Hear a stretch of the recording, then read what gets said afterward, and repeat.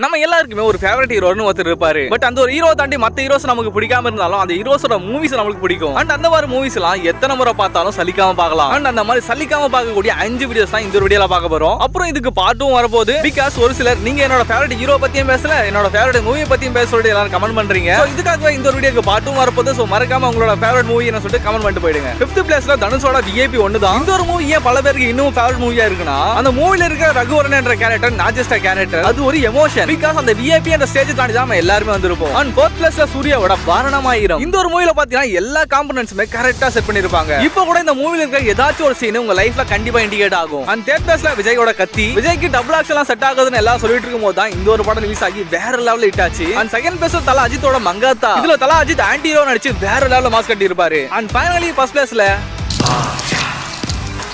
பாஷா